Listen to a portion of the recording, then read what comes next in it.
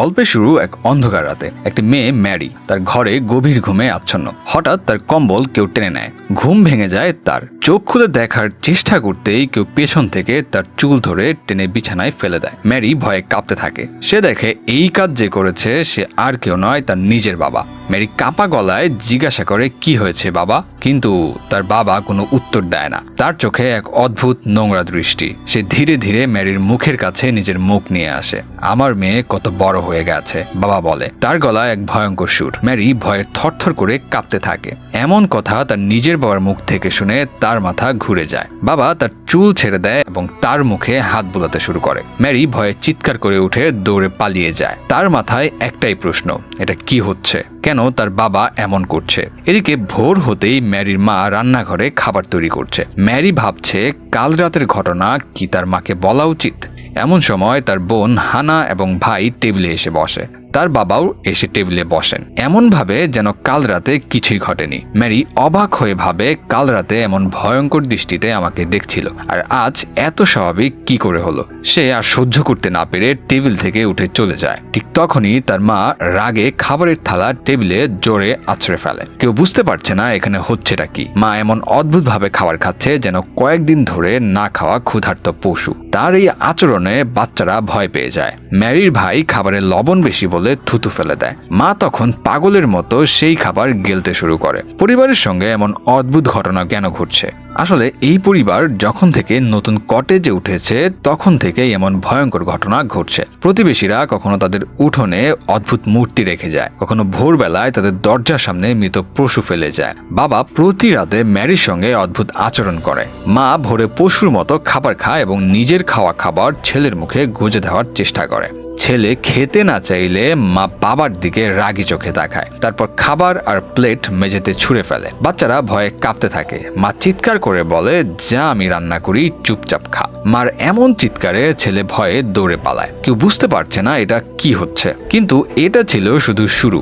Mary বাথরুমে গরম পানিতে গোসল করছে। হঠাৎ কেউ তার পাশে এসে দাঁড়ায়। সে আয়না মুছে দেখে তার যমজ বোন হানা। হানা মজা করে তাকে ভয় দেখিয়েছিল। দুই বোন হাসতে হাসতে তাদের ঘরে যায়, যেখানে ম্যারি হানাকে বলে, প্রতি রাতে বাবা আমার ঘরে এসে অদ্ভুত আচরণ করে। হানা অবাক হয়ে বলে, এটা কি আমার সঙ্গেও হচ্ছে?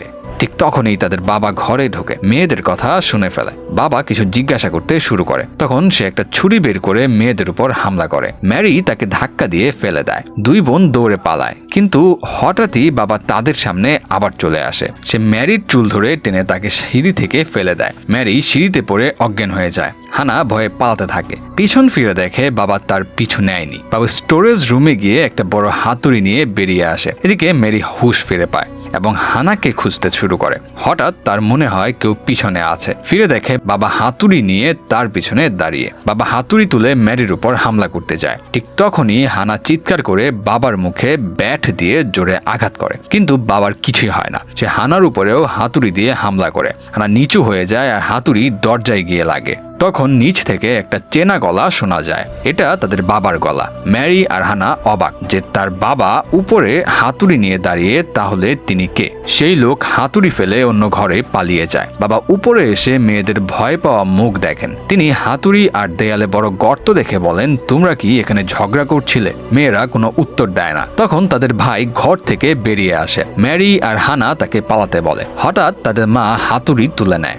বাবা ঘুরে দেখেন তার স্ত্রী এক অদ্ভুত হাসি হাসছে। মা হঠাৎ বাবার উপর হামলা করে। বাবা তাকে থামানোর চেষ্টা করেন, কিন্তু মা তাকে ধাক্কা দিয়ে ফেলে দেয়। তারপর ভাঙা কাচের উপর পা রেখে নিজেই ঘরে চলে যায়। ঠিক তখনই নিচ থেকে আরেকটা নারী কণ্ঠ শোনা যায়। এটা তাদের আসল মা। মা উপরে এসে জিজ্ঞাসা করেন এখানে কি হচ্ছে, কিন্তু সবাই তাকে ভয় পেয়ে যায়। বাবা ঘরের দরজা খুলেন, কিন্তু ঘরে কেউ নেই। তিনি মেঝেতে পড়ে থাকা হাতুড়ি দেখেন। পরদিন বাবা তার ভাইকে বাড়িতে ডাকেন। তার ভাই একজন চার্চের ফাদার এসে এই অদ্ভুত ঘটনাগুলোর কথা শোনেন, কিন্তু বাবা এসবের উপর ভরসা করেন না। রাতে সবাই ঠিক করে তারা একসঙ্গে এক ঘরে ঘুমাবে। মাঝরাতে তাদের ছোট ছেলে টয়লেটে যাওয়ার জন্য ওঠে। কাউকে বিরক্ত না করে সে একা বাথরুমে যায়। হঠাৎ তার মতো দেখতে আরেকটি ছেলে ঘরে ঢোকে। সে একটা ছুরি তুলে অদ্ভুত হাসি হাসে। সে ফাদারকে মারতে যায়, কিন্তু কিছু একটা তাকে থামিয়ে দেয়। ফাদার চোখ খুলেন। তার উপস্থিতির জন্যই সেই রাতে সবাই সবাই একটু শান্তিতে ঘুমাতে পারে। কিন্তু ফাদার একা এই অশুভ শক্তির সঙ্গে লড়াই করতে পারবেন না। তিনি তার সিনিয়র ফাদারদের সাহায্য চান। তারা বসে আলোচনা করে এই পরিবারের সঙ্গে যা ঘটছে তা থেকে কিভাবে মুক্তি পাওয়া যায়। তারা এক্সারসিজমের পরিকল্পনা করেন। ফাদার তার কাজে পারদর্শী এবং তার অনেক সঙ্গী আছে। সন্ধ্যায় ফাদারদের দল তাদের বাড়ি থেকে রওনা দেয়, কিন্তু পথে একটা কাক তাদের গাড়ির কাছে আঘাত করে তা ভেঙে ফেলে এবং গাড়ির ব্রেক ফেল হয়। গাড়ির ভারসাম্য নষ্ট হয় এবং পাহাড়ে ধাক্কা খায় এবং দুর্ঘটনায় পড়ে যায়। এদিকে বাবা ম্যারিকে বিছানায় বেঁধে রাখেন। মা তাকে বোঝানোর চেষ্টা করেন, কিন্তু বাবা বলেন এটাই একমাত্র উপায়। মাঝরাতে ফাদার রক্তাক্ত অবস্থায় তাদের বাড়িতে পৌঁছান। তিনি জানান তার দলের সবাই মারা গেছে, এখন যা করার তাদের নিজেদেরই করতে হবে। ম্যারিকে বিছানায় বাধা দেখে ফাদার এক্সারসিজম শুরু করতে চান, কিন্তু তিনি ভয় পাচ্ছিলেন, কারণ আগের বার এক্সারসিজমের সময় শয়তান তার পুরো পরিবারকে মেরে ফেলেছিল। তিনি ভয় পাচ্ছিলেন এবারও যদি তার ভাইয়ের পরিবারের কিছু হয় তাহলে সারা জীবন এই আফসোস তাকে বয়ে বেড়াতে হবে। কিন্তু বাবা হাঁটু গেড়ে বসে ভিক্ষা চান, কিছু করো, আমাদের শয়তানের সঙ্গে লড়তে হবে, নয়তো আমরা সবাই মারা যাব। ফাদার মোমবাতি জ্বালান এবং ম্যারির উপর পবিত্র জল ছিটিয়ে দেন। ম্যারি চিৎকার করে ওঠে, সে বুঝতে পারে না তার সঙ্গে কি হচ্ছে। ফাদার তার কপালে ক্রুশ রাখেন এবং কাঠের লাঠি দিয়ে আঘাত করতে থাকেন। ম্যারি ব্যথায় কাতরাতে থাকে। সে জিজ্ঞাসা করে, আমার সঙ্গে এমন করছো কেন? ফাদার বাবাকে বলেন, তুমি কি এখনো চালিয়ে যেতে চাও?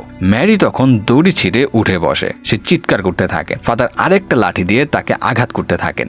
ম্যারি তখন ব্যথায় অজ্ঞান হয়ে যায়। এদিকে যেখানে গাড়ি দুর্ঘটনা হয়েছিল পুলিশের টিম সেখানে পৌঁছায়। তারা ফাদারের দলকে গাড়ি থেকে বের করতে গেলে গাড়িতে বিস্ফোরণ হয়। সেখানে বাবার ভাইও অজ্ঞান হয়ে পড়ে আছেন। এর মানে যে লোকটি ম্যারির বাড়িতে আছে সে তার কাকা নয়, বরং নিজেই শয়তান। সে ম্যারিকে মারতে থাকে। ম্যারির মা সহ্য করতে না পেরে বলে, এটা কোনো এক্সারসিজম নয়, এভাবেই আমার মেয়ে মারা যাবে। সে ফাদারকে ধরে তাকে থামাতে চায়। মা বাবাকে বলে, আমরা আর পারছি না, এর চেয়ে আমরা সবাই একসঙ্গে মরে যাই। কিন্তু বাবা তাকে ধাক্কা দিয়ে ফেলে দেয় এবং ফাদারকে বলে, অনুষ্ঠান চালিয়ে যাও। হঠাৎ একটা কণ্ঠ শোনা যায় যে বলছে, তুমি একটা ভীতু, তুমি ভুলের পক্ষ নিচ্ছ।